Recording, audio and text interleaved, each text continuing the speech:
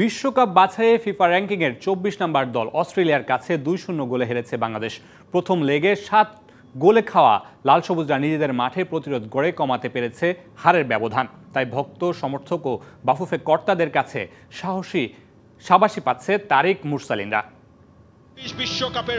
বিশ্বকাপ ও Asian cup বাছাইয়ের ফিরতি লেগ বসুন্ধরা কিংস এরিনায় আল্ট্রা ডিফেন্সিভ চালে বাংলাদেশ। প্রবল প্রতিপক্ষ অস্ট্রেলিয়ার বিপক্ষে তাছাড়া আর গতি কি?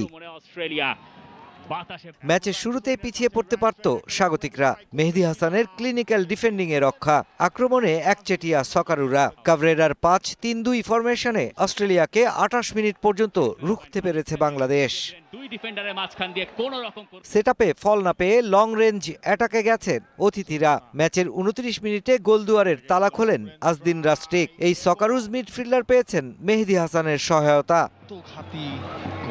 একটা বড় সড় ডিফ্লেকশন।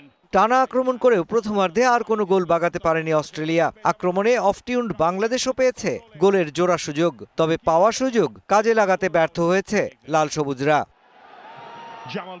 গোল পোস্ট পাল্টেছে, তবে অতিথিদের দাপট কমেনি। ৬২ মিনিটে জর্ডান বোসের ক্রসে লিড ডাবল করেছেন কুসিনো ইয়াংঘি।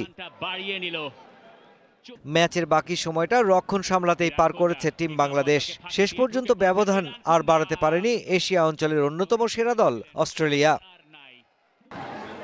শক্তির বিচারে বাংলাদেশের পারফরমেন্স ভালো হলেও আরও যত্নবান হওয়ার পরামর্শ বাফুফে কর্তাদের।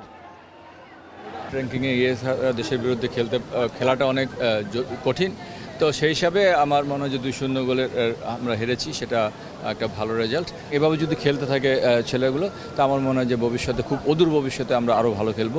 হারের মধ্যে তো প্লিজ নাই, when you lose there is no please, but যেটা ভালো জিনিস যে ডেভেলপিং।